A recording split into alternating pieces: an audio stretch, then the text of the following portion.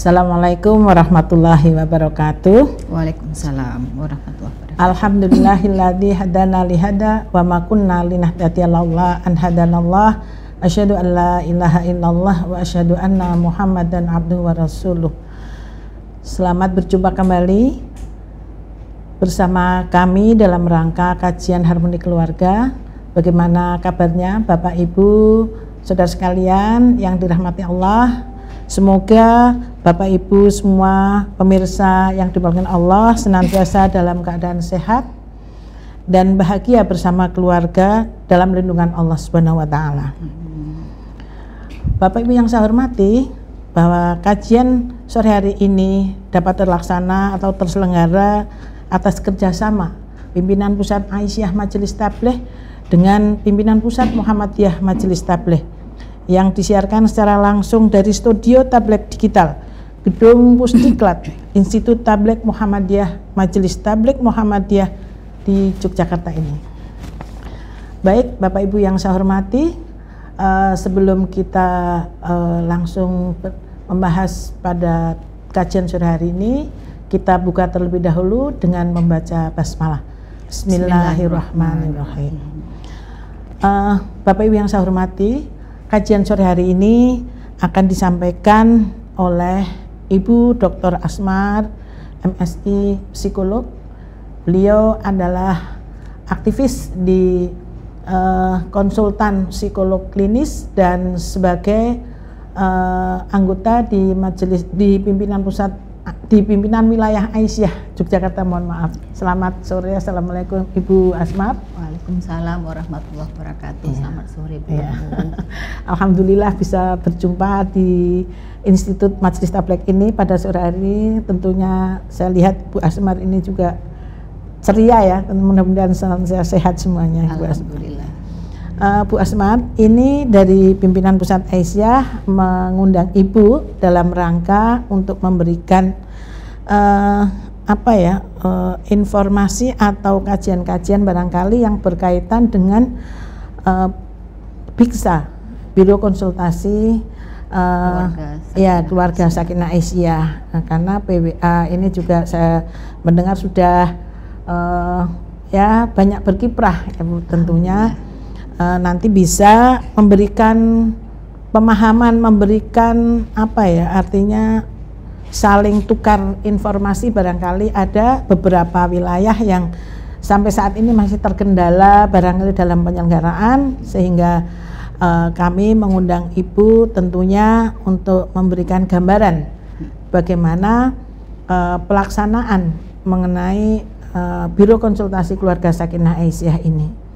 Barangkali Ibu bisa menjelaskan atau memberikan gambaran kepada para pemirsa di seluruh Indonesia. Ini Ibu dari berbagai wilayah tentunya, seluruh Indonesia kita juga sudah mengaturi. Mudah-mudahan nanti banyak ya yang ikut bergabung pada sore hari ini, sehingga lebih manfaat keberadaan kajian pada sore hari ini. Kepada Ibu, monggo kami persilahkan barangkali untuk memberikan penjelasan, gambaran mengenai sejarah atau berdirinya BIKSA sampai saat ini, mungkin kendala ataupun isu-isu yang sangat menonjol atau yang banyak ditemui di Biro Konsultasi Keluarga Sakinah Aisyah ini. Kami persilakan Ibu, nanti barangkali ada kami akan bertanya lanjut lagi. Monggo Ibu, kami silakan. Terima kasih Bu Umu. Assalamualaikum warahmatullahi wabarakatuh. Waalaikumsalam. Alhamdulillah nahmaduhu wa nasta'inuhu wa nastaghfiruh. Na'udzu min syururi anfusina wa min sayyiati a'malina may yahdihillahu fala mudilla lahu. Sing seru.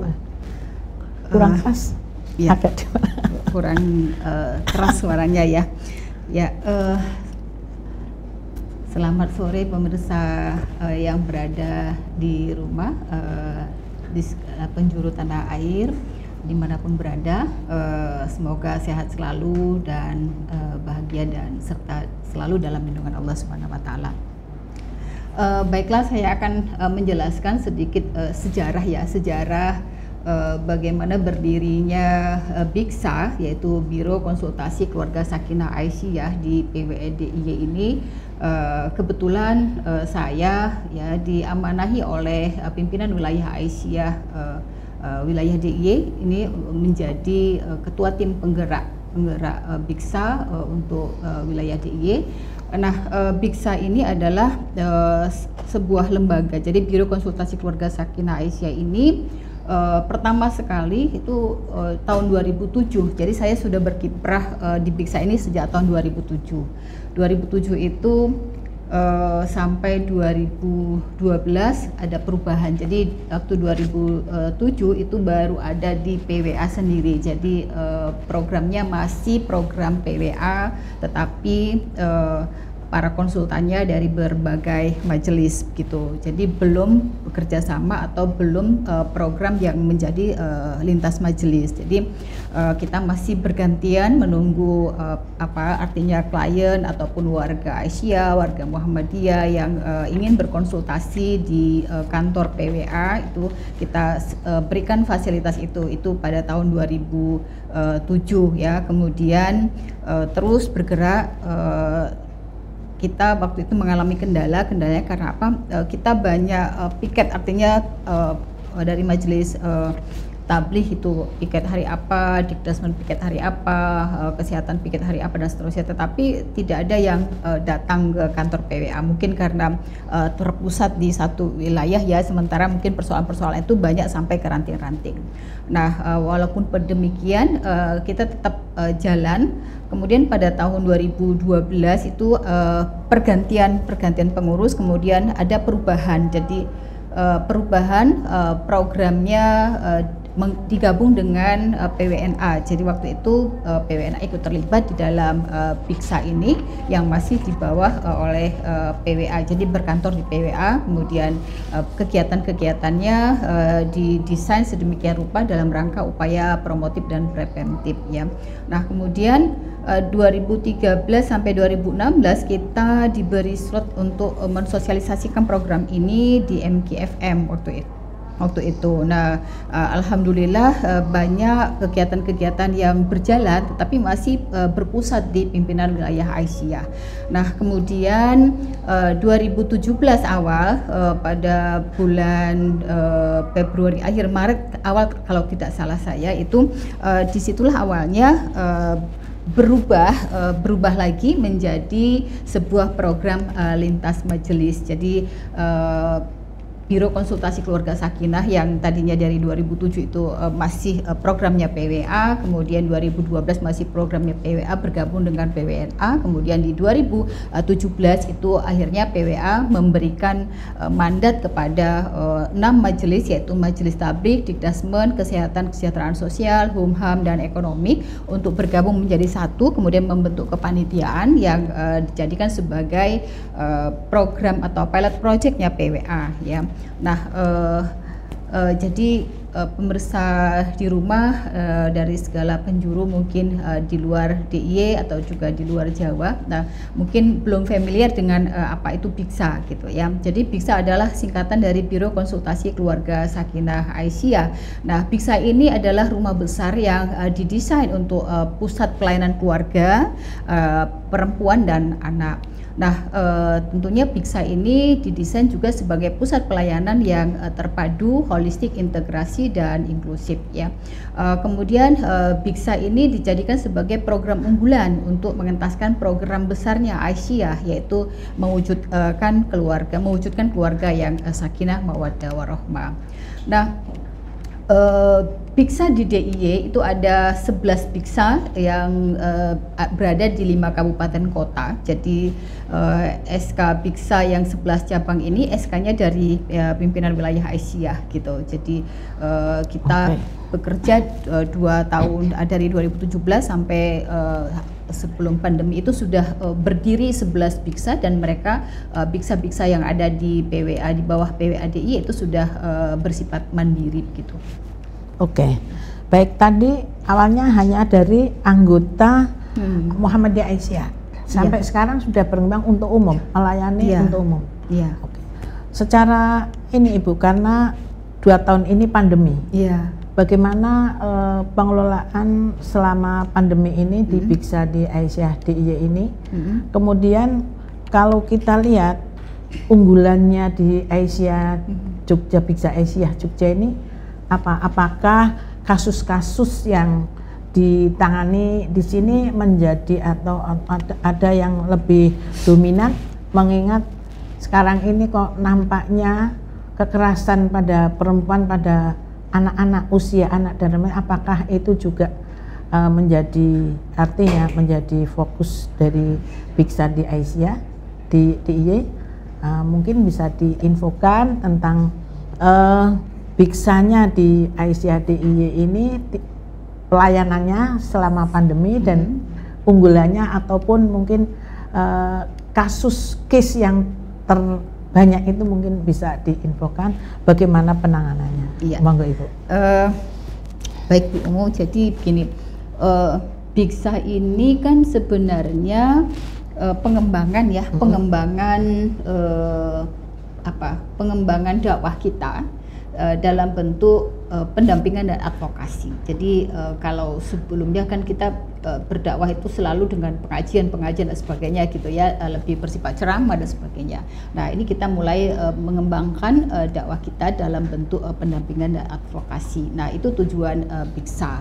Nah Biksa di DIY selama masa pandemi ini memang kita sekarang lagi bergerak untuk bagaimana Biksa-Biksa ini nantinya menjadi mitra LKS. Jadi sekarang ini kita lagi sedang bekerja untuk membuat sebuah lembaga kesejahteraan sosial yang nantinya Biksa 11 Biksa ditambah mungkin nanti dengan gacha yang ada di kota ya, jadi ada 12 Biksa 1 gacha begitu. Nah itu nanti mitranya LKS begitu. Nah ini masih bergerak ke sana. Nah kalau di wilayah DIY memang kan fasilitas itu cukup mumpuni ya. Jadi di setiap puskesmas itu ada psikolog, kemudian juga ada psikiater, kemudian dengan berbagai kemudian selama masa pandemi juga Muhammadiyah cukup memberikan ruang ya untuk konsultasi, ada MCCC gitu yang setiap malam tuh ada pengajian dan juga ada ada konsultasi juga. Kemudian di berbagai organisasi masyarakat juga menyediakan pelayanan Zoom gitu ya untuk konsultasi via video call, via WA, via telepon dan sebagainya. Jadi cukup saya pikir selama masa pandemi tidak ada masalah-masalah yang artinya menjadi kendala ya. Artinya tetap berjalan, dan kita pun sekarang malah justru sudah bergerak ke arah yang bagaimana ini Biksa punya rumah besar yang namanya LKS gitu. Nah dan persoalan-persoalan di DIY sebenarnya persoalannya hampir sama juga ya dengan di luar daerah ya, cuma memang ada pemetaan karena di DIY ini kan ada 5 kabupaten kota. Mungkin kalau di kota Bantul, kemudian di daerah Sleman memang sekarang lagi marak-maraknya kelitih ya Bu Umu. Kemudian kalau di daerah Gunung Kidul itu maraknya masih kejadian angka bunuh diri ya, bunuh diri tidak hanya pada anak sekarang, pada lansia, pada remaja. Jadi hampir pada semua fase perkembangan itu banyak yang mengalami bunuh diri, dan terutama angka perceraian semakin tinggi. Kemudian selama masa pandemi yang paling menonjol adalah angka pernikahan dini. Jadi saya pikir angka pernikahan dini ini tidak hanya di wilayah DIY saja, tetapi juga di berbagai daerah saya melihat bahwa angka pernikahan dini cukup angkanya cukup bertambah ya, dan kemudian kekerasan semakin bertambah, baik kekerasan fisik dan kekerasan seksual, terutama kekerasan seksual. Jadi kekerasan seksual ini dari tahun ke tahun itu tidak ada mengalami penurunan. Mungkin kalau kekerasan fisik ada mengalami penurunan, tetapi angka kekerasan seksual tidak mengalami penurunan. Nah, kemudian stunting. Jadi masalah yang paling menonjol di DIY itu ya itu tadi lebih kepada khususnya daerah wilayah yang dekat-dekat perkotaan, Sleman, Bantul itu pernikahan di usia anak. pernikahan di usia anak, perceraian, kemudian ada keliti. Tapi sebenarnya keliti itu tidak seperti apa yang dibayangkan orang di luar sana begitu. Kita sendiri sih tidak begitu sampai mengerikan gitu ya beritanya yang mungkin dibesar-besarkan. Dan angka stunting, Bu Umu, jadi angka stunting itu cukup bertambah sekarang, tapi saya tidak tahu apakah di wilayah lain juga angka stunting ini pada anak-anak balita itu juga tinggi. Itu kasus-kasus yang menonjol.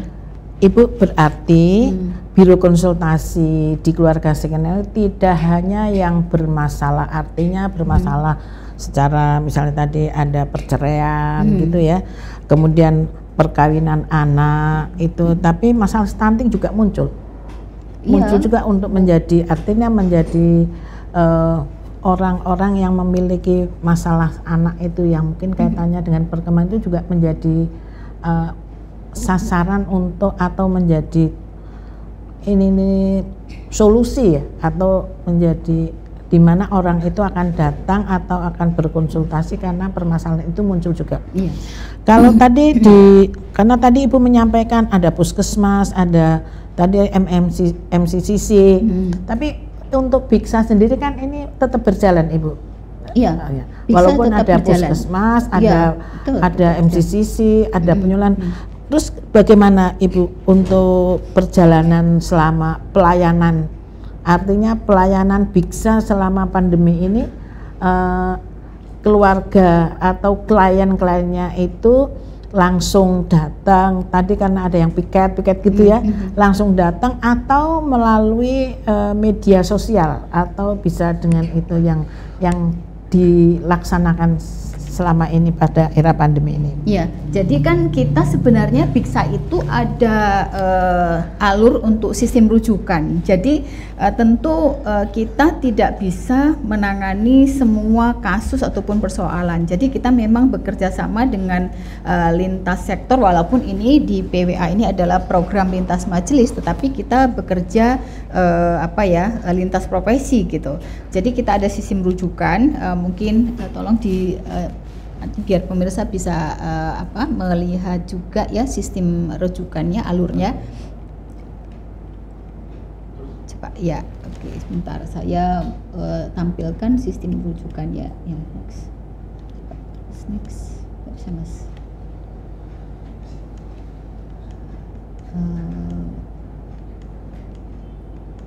Tujuan alur pelayanan, ini dia.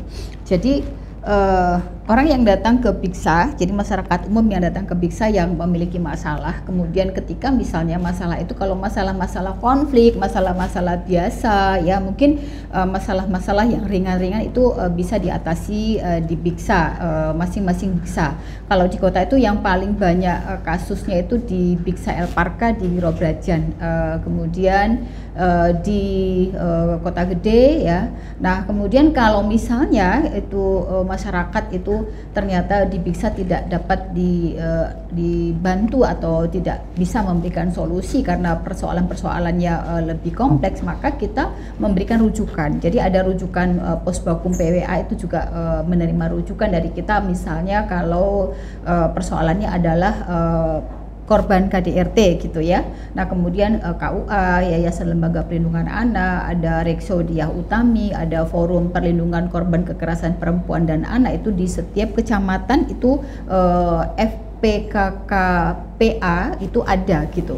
Dan kemudian ada Rifka Anissa, ada BPPM atau kalau sekarang namanya DP3AP2KB namanya, panjang sekali. Jadi itu menerima rujukan dari kita, kan ada bidang perlindungan anak ya, kemudian ada Puskesmas, ada RSUD, ada P2TP2A, ada Puspaga, kalau di kota itu ada Puspaga Kenari dan lain-lain sebagainya. Jadi kita merujuk apabila klien klien kita tidak bisa tangani gitu, karena kan memang PWA sendiri kita sebagai tim ini kan sebenarnya posisinya adalah mengkoordinir gitu, jadi mengkoordinir, menggerakkan sebagai leadernya gitu, jadi kita yang memantau bagaimana pergerakan biksa-biksa yang ada di wilayah DIY yang 11 ini, apa yang mereka lakukan, jadi kita memfasilitasi, mendukung, memotivasi seperti itu, sehingga dengan adanya rujukan-rujukan tersebut diharapkan ketika kita rujuk dan klien itu mendapatkan solusi, kemudian terbantu masalahnya sehingga masalahnya bisa selesai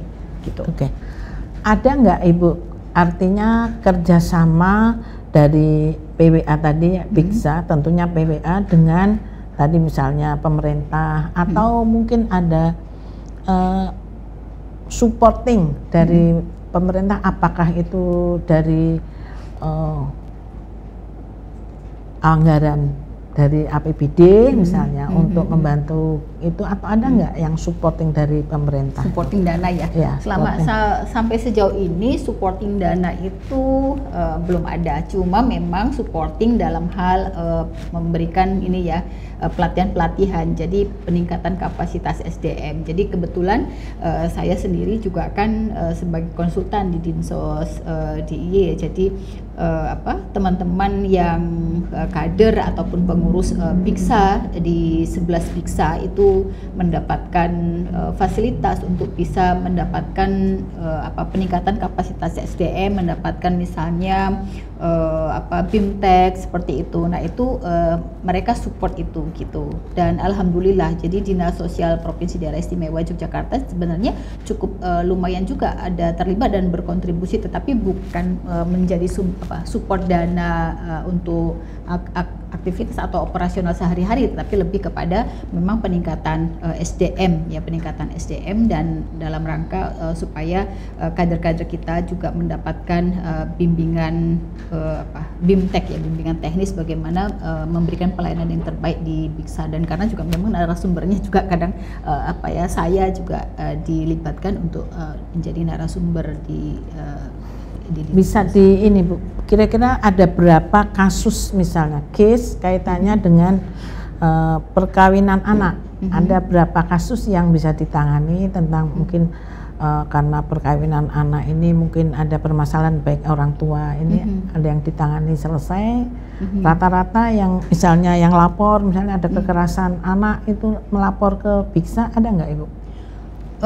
Memang selama masa pandemi ini karena keterbatasan ya, dan pengurus-pengurus di Biksa itu kan memang kebanyakan orang-orang yang sudah usianya sangat dewasa ya, hampir lansia, dan juga mungkin yang lansia kebanyakan gitu di kabupaten-kabupaten tertentu gitu ya.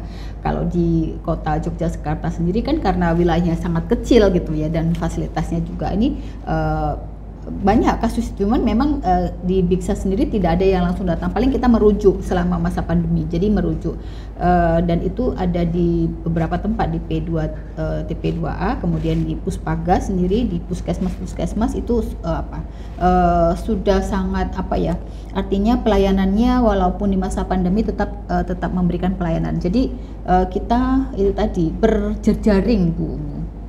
Jadi masih artinya jejaringnya sudah terbiasa begitu. Ya, sudah terbiasa. Ya, karena ini saya mendengar itu di Jawa Tengah itu menangani ada laporan. Laporan kalau tidak salah nanti barang dari Jawa Tengah, Sragen itu sehari bisa 30 katanya kasus yang melapor ke Biksa. Nah, ini mudah-mudahan nanti di DIY juga bisa bergaung Biksanya, tidak mungkin tidak tadi hanya artinya merujuk, tapi bagaimana penanganannya itu bisa seoptimal mungkin. Inilah Biksanya di DIY ini bisa punya datanya ini yang berapa itu barangkali ada nanti ya, mungkin bisa itu menjadi rujukan. Silahkan, mungkin ada yang ingin disampaikan pada materi-materi yang Ibu sering pada pemirsa, monggo mungkin. Iya. Pemirsa di manapun berada, mungkin di luar DIY mungkin ada Biksa yang belum berdiri gitu.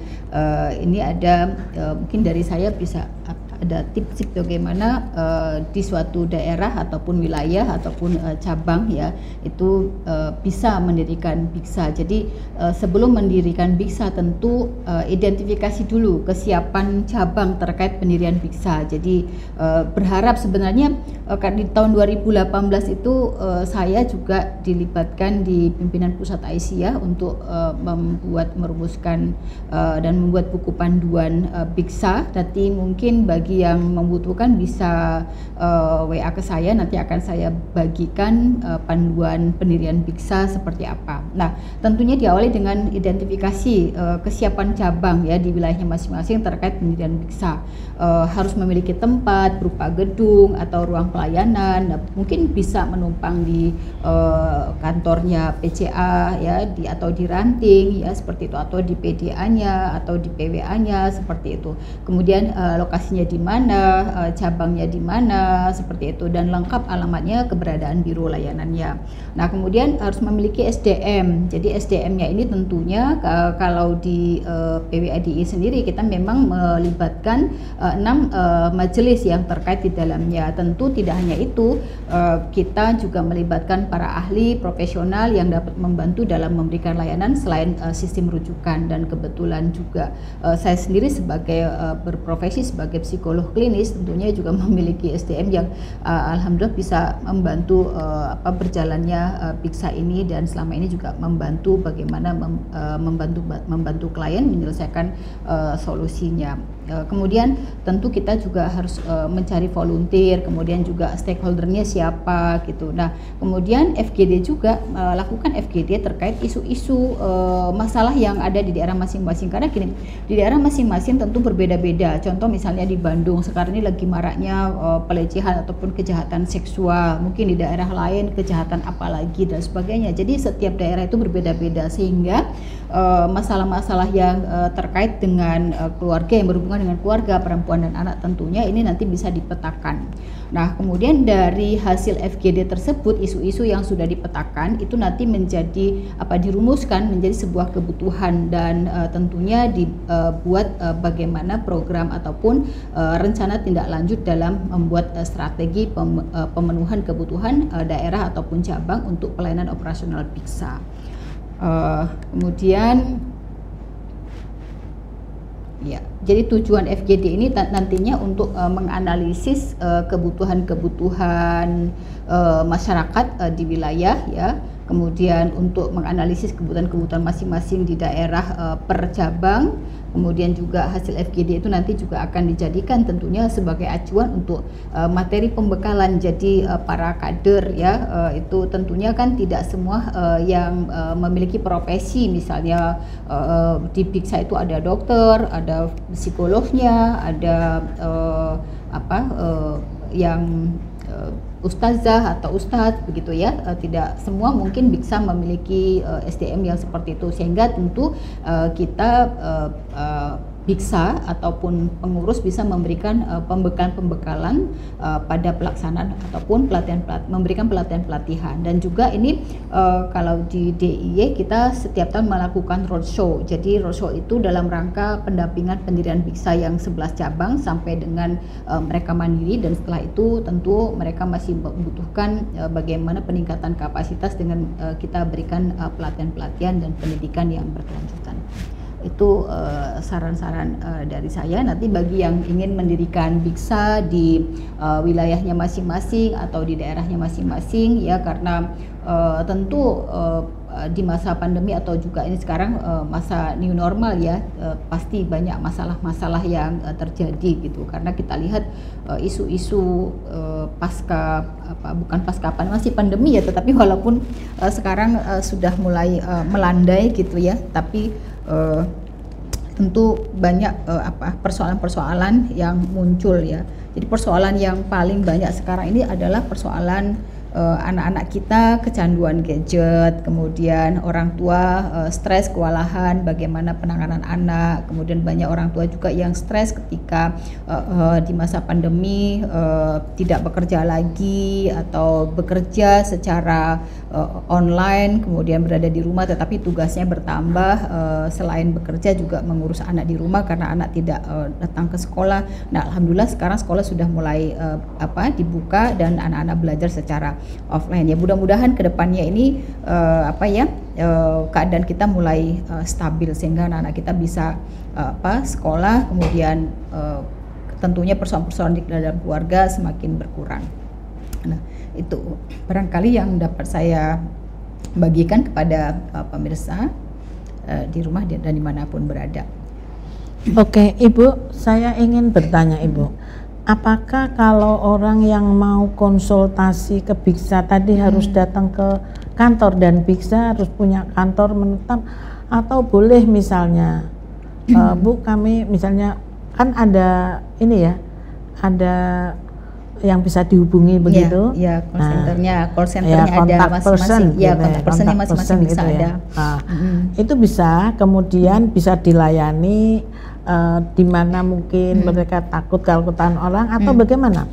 Bisa fleksibel aja sebenarnya. Jadi kantor itu kan hanya harus memenuhi standar minimum ya. Jadi standar sesuai panduan. Iya, standar minimum adanya sebuah lembaga atau biro konsultasi gitu ya. Tentu ada kantornya, ada ruangan ya, di mana ketika nanti persoalannya kan ada hubungan administrasi, kemudian kemitraan kan harus ada tempat. Kemudian ketika orang datang pun ada tempat untuk kita layani gitu. Fasilitas itu tetap ada. Jadi standar minimum itu harus ada itu, walaupun ketika pelayanan tidak mesti datang ke Biksanya gitu. Bisa saja call center, bisa saja kita justru home visit. Jadi kader ataupun tenaga profesional yang ada di Biksa bisa berkunjung ke rumah ataupun ke tempat klien di mana berada gitu. Jadi sifatnya fleksibel. Oke, mungkin ada yang ingin disampaikan materi Ibu? Waktu kita masih setengah jam, 30 panjang. menit.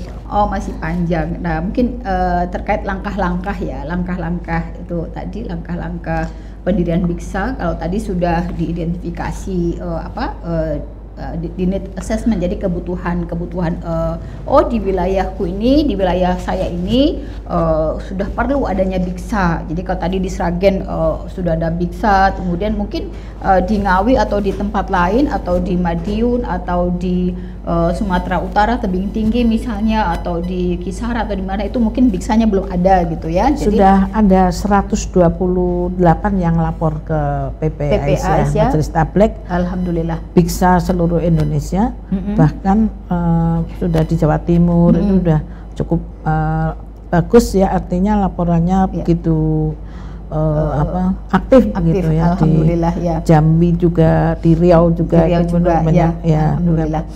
Banyak yang sudah aktif sampai dari bupati memberikan apresiasi dengan bantuan-bantuan, bahkan ada yang mungkin di Jogja tadi saya tanya apakah juga ada apresiasi dari pemerintah gitu ya. Iya, selama ini belum. Jadi masih hanya tadi ya apresiasi atau support dukungan untuk peningkatan kapasitas SDM.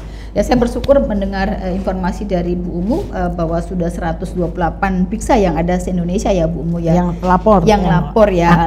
Yang aktif. Ya, mudah-mudahan yang belum ini segera mendirikan ya adanya Biksa di daerah. Jadi kalau saya misalnya berkunjung di tahun berapa 2018 saya berkunjung ke Sumatera Utara, itu saya juga sempat nyambangi gitu ya, mendatangi PWA Sumut untuk mensosialisasikan Biksa ini. Kemudian ketika saya diundang dengan acara yang lain, tapi saya menyempatkan diri juga untuk mensosialisasikan Biksa ini di PWA Sumatera Selatan waktu itu di awal tahun 2019. Mudah-mudahan Sumatera Selatan sudah berdiri ya, banyak Biksa di sana, dan juga Sumatera Utara. Kemudian saya juga sempat ke PDA-nya tebing tinggi begitu. Saya juga mensosialisasikan Biksa di sana ya, walaupun waktu itu saya diundang bukan atas nama Aisyah, tetapi yang lain, tetapi saya biasanya kalau diundang ke suatu wilayah atau daerah, saya sempatkan bersilaturahmi ke PWA-nya atau ke PDA-nya gitu ya, dan mensosialisasikan program-program yang ada di kita dan kita sharing lah gitu, seperti itu. Nah, kemudian sampai juga di Pasir ini kan di Kalimantan Timur pojok ya. Jadi saya sempat juga waktu itu 2018 ke Pasir, Kalimantan Timur. Saya sempat juga mensosialisasikan Biksa di sana. Setelah saya mengisi beberapa acara waktu itu yang mengundang saya wakil Bupati Pasir gitu. Ya, itu jadi mudah-mudahan saya berharap yang belum mendirikan Biksa segera mendirikan Biksa. Saya mungkin nanti bisa apa yang bisa saya berikan gitu ya, sumbangkan, mungkin membantu PPA untuk bagaimana mensupervisi barangkali atau membantu mendorong berdirinya Biksa di setiap wilayah yang ada di Indonesia. Kalau kita lihat daerah itu ada sekitar 355 daerah ya Bu Umu ya di Indonesia ya. Nah, kalau tadi 128 itu berarti baru separuhnya belum sampai kan? Baru sepertiga kabupaten kota se-Indonesia yang ada Biksanya. Sementara kebutuhan kita saat ini tentu dengan adanya macam-macam ya, ada bencana juga bencana sosial ya sebenarnya, dengan pengaruh-pengaruh gadget yang orang tua mungkin tidak bisa membendung dan sebagainya. Ini juga menjadi harus kita lakukan usaha-usaha preventif untuk tidak sampai nanti anak-anak kita menjadi semakin parah ini. Nah, kalau minum boleh loh Bu? Boleh ya Bu ya, terima kasih. Saya minum dulu ini. Iya, jadi menarik ini kaitannya dengan kegiatan Biksa. Memang jangan sampai hanya nama ya Bu. Jadi memang harapannya Aisyah itu memberikan sarana untuk memecahkan permasalahan masyarakat pada umumnya itu yang mempunyai permasalahan. Tidak hanya di lingkungan Aisyah Muhammadiyah saja, tapi siapapun seandainya mempunyai permasalahan dan ingin untuk berkonsultasi, silakan bisa menghubungi Biksa di wilayah atau di daerah di mana tempat Ibu atau ibu-ibu berada, sehingga Biksa ini bukan hanya untuk Aisyah Muhammadiyah saja, tapi bisa untuk umum gitu ya Bu ya? Iya betul, harapannya begitu. Bagaimana Ibu biar Biksa ini bisa didengar dan bisa dirasakan adanya Biksa ini oleh masyarakat ya Ibu? Dan gimana DIY itu bisa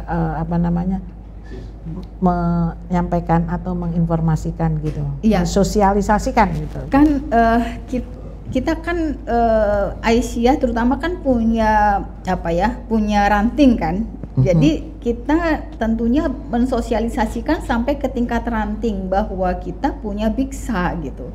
Nah, di ranting itu tentunya kan orang-orang yang lingkup yang paling kecil di bawah ya. Jadi grassroots ya, dari RT RW ya sampai dengan di desa itu kan Aisyah punya ranting. Jadi kita mensosialisasi sampai ke ranting. Bahkan kita sendiri sebagai tim gitu, tim penggerak yang berada di atas, kita top to bottom gitu. Jadi setiap tahun kita roadshow ke 5 kabupaten kota, dan kita memang langsung terjun ke tempatnya, mana kita melihat fisiknya, ruangannya seperti apa, layak tidak untuk memberikan pelayanan. Kemudian di sana juga mereka pengurus-pengurus ataupun kader volunteer itu mempresentasikan apa yang ada di lingkungannya. Jadi kasus-kasus, kemudian stakeholder yang terlibat. Nah, ini mereka juga mempresentasikan gitu. Jadi kita juga terus kita gali kelebihannya apa, kelemahannya apa, seperti itu. Nah, kalau di wilayah DIY ini yang saya melihat dari 11 Biksa ini yang paling sangat terlibat, baik dari Pak Camatnya, kemudian Kepala Puskesmas, kepolisian dan sebagainya, itu di Turi Sleman. Itu luar biasa. Ketika pembentukan Biksa itu semuanya itu mendukung gitu, mensupport gitu, dan mereka eksis gitu ya, seperti itu. Ini juga saya dengar Banguntapan Utara ya, Biksanya itu juga sudah mandiri, bahkan mereka sudah membuat sejenis pelatihan untuk para kader dan juga kepada masyarakat gitu. Dan PWNA sendiri Biksanya juga jalan gitu, karena waktu di 2012 kan Biksanya PWA gabung dengan PWNA, kita berkolaborasi dengan PWNA, dan saya juga sempat diminta PWNA untuk memberikan materi-materi terkait dengan bagaimana menjadi konselor yang baik, teknik-teknik konseling itu seperti apa gitu, seperti itu. Jadi alhamdulillah seperti itu, jadi sangat mensupport. Jadi lintas profesi, kemudian lintas sektoral ini sangat mensupport gitu. Ibu, pada umumnya orang yang mempunyai permasalahan itu berkonsultasi ini ada rasa takut atau bagaimana, sehingga Ibu sebagai, terutama ini sebagai psikologi klinis ya, psikolog klinis ini, jadi bagaimana Ibu untuk yang selama ini pengalaman dalam menyelesaikan permasalahan, memberikan solusi, kira-kira trik-triknya kepada pasien atau klien yang datang gitu, supaya ada keterbukaan, ada ini bagaimana? Ya, tentu kita harus pintar melakukan good rapport ya. Jadi bagaimana ketika klien bertemu dengan kita, itu klien merasa nyaman gitu. Itu dulu.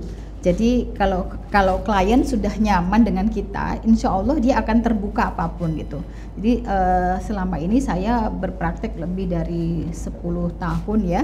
Jadi kalau di Biksa dari 2007 berarti sampai sekarang berarti sudah berapa? 14 tahun saya praktek di Biksa gitu ya.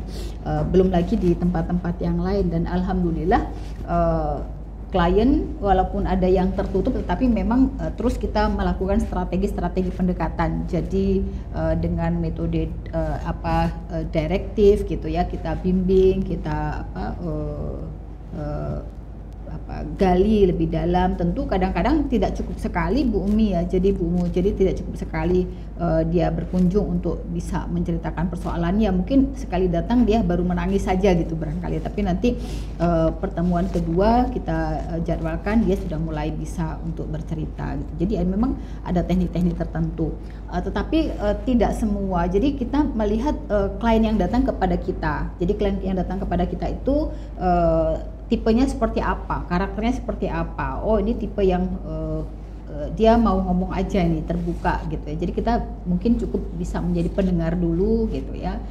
Kadang-kala mungkin dalam tanda kutip kalau ada orang datang gitu ya, yang mungkin bukan profesinya sebagai psikolog gitu, lebih cenderung mungkin nasihati, kemudian menyalahkan klien gitu ya, seperti itu ya. Ini yang tidak boleh terjadi di Biksa gitu ya. Jadi kita mendidik juga memberikan pelatihan-pelatihan kepada kader di Biksa agar ketika memberikan pelayanan tidak terus langsung menasihati atau juga terus menyalahkan klien gitu ya. Jadi tapi step-stepnya, ada step-stepnya.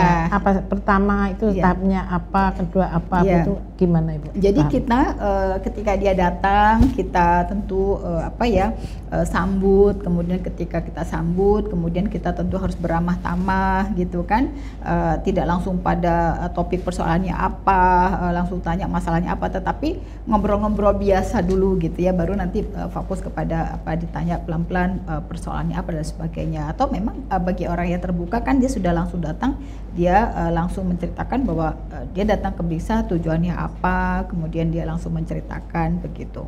Nah, seperti itu.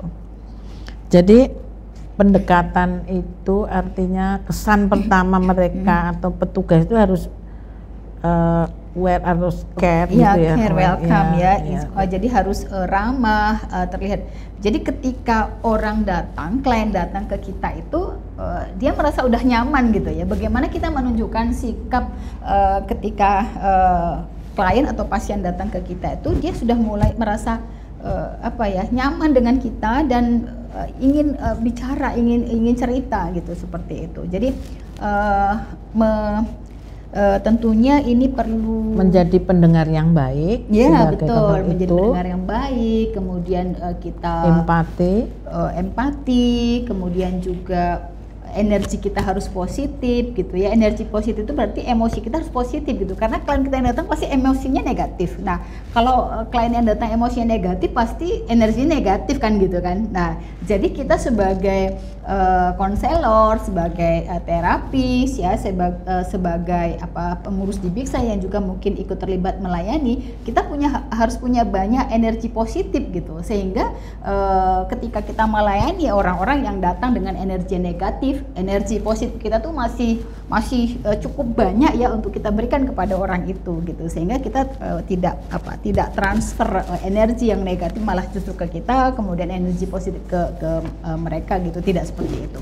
Nah ini pentingnya kita harus menyiapkan atau menjaga kestabilan emosi kita sebagai sebagai konselor di Biksa. Gitu. Mungkin ada teori atau yang perlu diinformasikan kepada pemirsa? Iya, kalau teori mungkin pengalaman atau bagaimana? Cukup panjang nanti kalau bagaimana menjadi konselor yang baik, teknik-teknik itu jadi cukup panjang ya. Waktu mungkin kapan waktu nanti ada pelatihan-pelatihan yang bersifat online. Mungkin secara singkat sebagai konselor yang baik itu yang seperti apa? Sebagai konselor yang baik itu ya pertama harus bisa menjadi pendengar yang baik. Kemudian harus punya rasa empati, ya harus punya rasa empati. Kemudian harus punya energi yang positif, harus self care, harus bisa memberikan motivasi, kemudian memiliki SDM yang bisa memberikan psikoedukasi kepada klien. Dan mungkin perlu ditambah keterampilan-keterampilan lain yang bisa nantinya untuk membantu persoalan-persoalan klien. Tentunya punya interpersonal yang baik gitu, interpersonal skill yang baik, intrapersonal skill yang baik, dan juga memiliki problem solving skill yang baik. Nah itu. Oke. Ibu, sebetulnya untuk Biksa ini manfaatnya apa Bu dengan adanya Biksa gitu? Mungkin kalau DIY atau ada manfaatnya atau enggak terhadap masyarakat? Cukup, saya rasa cukup dirasakan manfaatnya ya Bu Mu, dan kita juga merasakan gitu ya.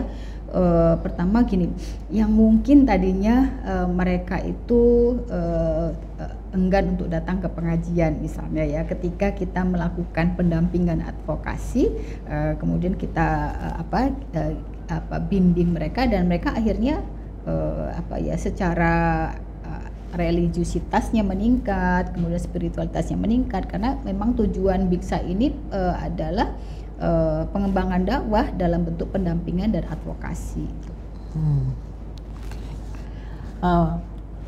Bapak Ibu, barangkali dari pemirsa ada yang ingin bertanya, boleh langsung nulis di chat atau bisa secara langsung untuk menanyakan kepada Ibu dari pengelola Biksa, barangkali di mana berada yang ingin bertanya, kami persilahkan.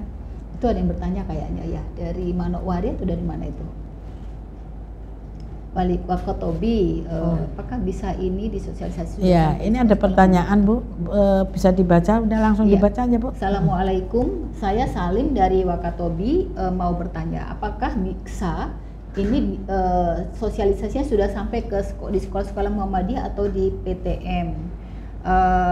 Iya. Kalau di DIY tentu sekolah-sekolah dan PTM sudah tahu, karena juga yang pengelola ya dari Aisyah Unisa juga kan ada Biksanya Unisa ya, pengelola ya sudah pengelola Biksa. Jadi mungkin gini, DIY itu kan pengelolanya terdiri dari berbagai majelis, sehingga disampaikan gitu kan antar majelis juga. Misalnya ada yang dari Dikdasmen Pendidikan, sehingga mereka mungkin yang dilaksanakan di DIY ya dilaksanakan DIY. Kita sudah mensosialisasikan ke sekolah-sekolah, kalau perguruan tinggi Muhammadiyah selama ini sih kalau sampai ke perguruan tinggi belum, karena memang masih ranahnya masyarakat. Kalau perguruan tinggi kan memang di perguruan tinggi sudah ada biro masing-masing, apalagi kalau di DIY ini kan khususnya fakultas psikologi itu banyak sekali gitu ya. Jadi masing-masing sudah punya biro yang lebih mumpuni gitu. Jadi kita lebih kepada yang skupnya grassroots gitu. Ya, mungkin begini ya. Kalau di pendidikan formal itu sudah ada, misalnya ada dosen PA. Pembimbing akademik. Nah, di sini pembimbing akademik, ada guru BK. Nah, sehingga itulah di situ bisa dimanfaatkan sekaligus untuk memberikan bimbingan konseling, memberikan solusi pada permasalahan yang dihadapi. Tapi tidak kepada ke biksa yang jadi orientasinya yang dihadapi itu beda gitu. Kalau sekolah kan ada guru BK ya. Kalau di kampus-kampus, apalagi di DIY kan hampir semua kampus punya fakultas psikologi, punya bironya gitu. Unisa juga punya biksa kan gitu. Kemudian jadi kita memang lebih kepada ini tadi ke cabang dan ranting ya, lebih kepada masyarakat ke grassroots langsung gitu. Gitu Ibu dari itu Bapak Salim ya. Dari Bapak Salim. Ya begitu Bapak Salim dari Wakatobi. Mudah-mudahan di Wakatobi ada biksa ya di sana ya. Ya. Oke, masih ada pertanyaan? BCA Malaysia nyimak ya, mudah-mudahan di Malaysia juga ada biksa ya di sana. Kemudian alhamdulillah ini Aisyah Pematang Siantar nyimak. Alhamdulillah, mudah-mudahan di Pematang Siantar juga ada biksa di sana.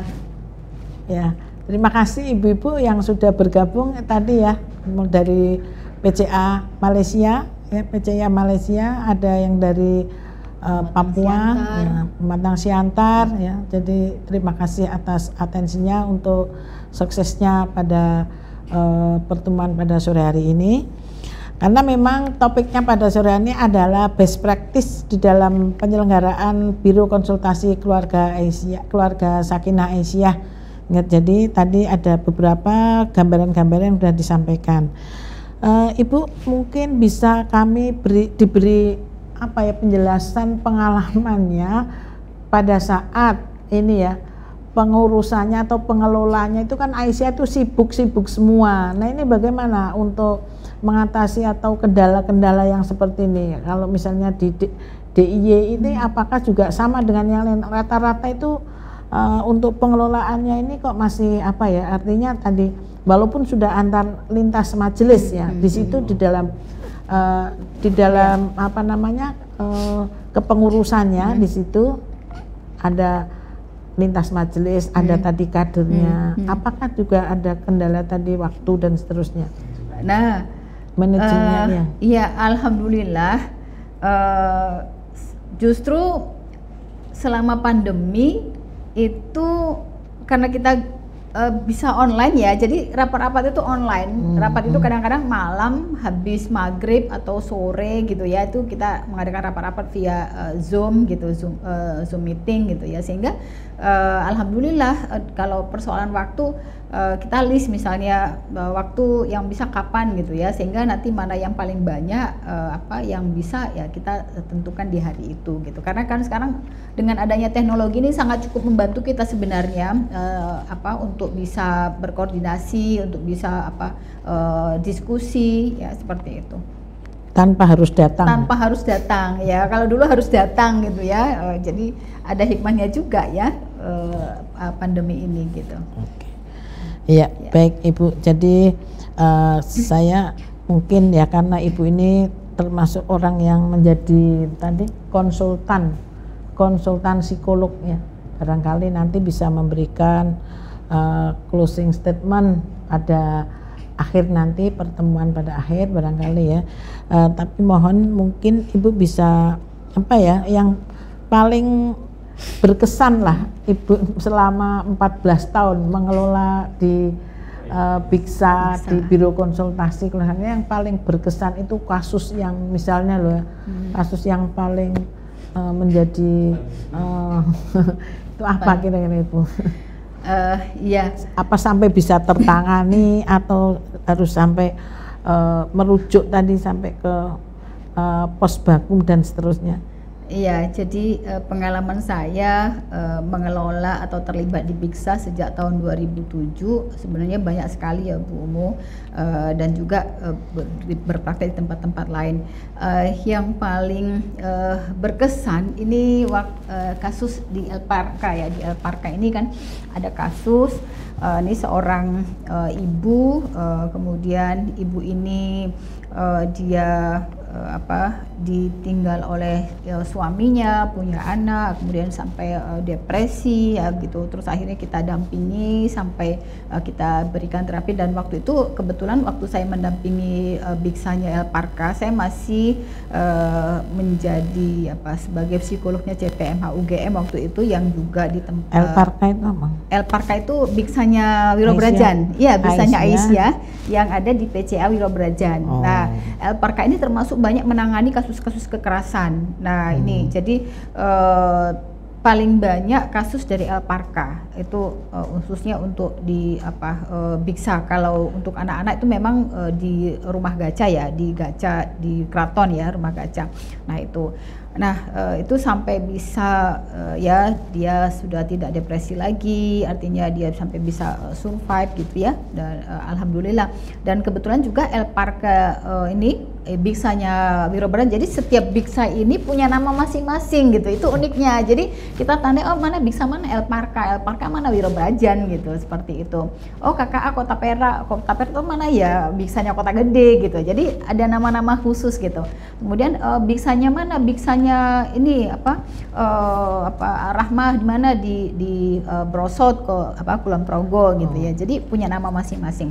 Jadi itu sampai bisa berhasil. Tapi sebenarnya tidak hanya itu, dalam berpraktek saya kebetulan sebagai psikolog klinis selalu ketika mendampingi klien itu paling penting itu mengedepankan agama gitu. Jadi ketika misalnya si klien bisa membaca Al-Quran, berarti itu potensi bagi dia untuk dia bisa sembuh. Jadi bahkan ada orang yang mengalami gangguan jiwa, jadi dia sudah telanjang-telanjang di jalan gitu ya, bahkan ketika ada orang dekat itu diludahin dan lain sebagainya gitu, nggak berani dekat, itu sampai dia sadar tahu dirinya, sampai sekarang sembuh, sampai sekarang bisa jadi takmir masjid. Nah itu pendekatannya dengan walaupun diberikan farmakoterapi ya, diberikan obat, tetapi juga saya mendampinginya selalu dengan Al-Quran. Jadi selalu kalau sudah misalnya saya mendampingi itu sejak tahun 2015 sampai sekarang. Alhamdulillah sekarang sudah bisa dia menjadi takmir masjid, dia sudah bisa bekerja menjadi cleaning service di suatu tempat. Nah, itu menjadi sebuah kepuasan bagi saya gitu. Saya bisa mendampingi beliau, tetapi tetap Allah yang menyembuhkan gitu. Tetapi ini tadi saya membawa Al-Quran sebagai alat untuk bisa dia segera sembuh dari sakitnya. Oke, jadi tadi ada farmakoterapi ya Bu ya. Ya, farmakoterapi itu obat. Berarti harus ada kerjasama dengan dokter. Dengan psikiater ya, dokter. Betul. Ya. Berarti ada ini ya, ada link gitu dengan networking gitu ya. Iya, benar-benar. Oke. Baik, ada yang ingin ditanyakan Bapak Ibu? Rasanya apakah sudah sama barangkali dengan pengalaman di masing-masing, atau mungkin bisa memberikan di daerah masing-masing beri masukan? Tidak masalah, boleh silahkan. Ya, kalau tidak ada barangkali ini waktunya juga sudah pukul 5 kurang 2 menit ya. Monggo mungkin closing statement dari Bu Asmat. Iya, pemirsa dimanapun berada nih, khususnya mungkin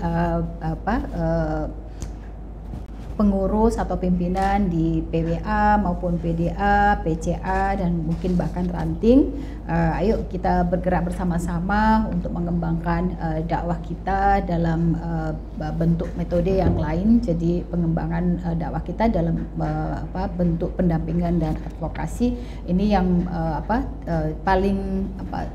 paling dirasakan oleh masyarakat kita. Jadi monggo bagi yang di cabangnya atau di daerahnya belum memiliki Biksa, segera mendirikan Biksa, dan kami dari pimpinan Pusat Aisyah akan bisa segera membantu apa kira-kira yang perlu langkah-langkah dan sebagainya untuk keseragaman Biksa yang ada di pimpinan pusat Aisyah. Barangkali itu yang dapat saya closing statement untuk teman-teman kader baik di tingkat wilayah, daerah, cabang sampai dengan ranting. Assalamualaikum warahmatullahi wabarakatuh. Terima kasih Bu Asmar. Jadi tadi ya bahwa Biksa ini kan biro konsultasi suatu sarana atau wadah untuk memberikan solusi meringankan beban para masyarakat yang membutuhkan. Jadi monggo ibu-ibu yang tadi masih di daerah di wilayah-wilayah yang belum mengaktifkan kegiatan Biksa ini dipersilahkan untuk melaksanakan, tidak usah ragu-ragu karena ini suatu amalan yang baik memberikan solusi bagi masyarakat yang membutuhkan ya, walaupun belum punya ahlinya tapi nanti dengan kerjasama antar majelis sehingga bisa untuk menyelesaikan atau untuk melaksanakan kegiatan ini. Mudah-mudahan pertemuan sore hari ini bisa menambah wacana, bisa menambah semangat ibu-ibu di dalam menggerakkan kegiatan Biro Konsultasi Keluarga Sakinah ini sehingga akan memberikan kekuatan, memberikan solusi, memberikan ya kualitas keluarga ini atau memberikan dorongan bagi keluarga yang mungkin masalah sehingga bisa lebih kuat lagi, lebih ada ya kekuatan di dalam keluarga sehingga bisa lebih produktif dan lebih nyaman, lebih aman, lebih bahagia nantinya di dalam rumah tangga tentunya.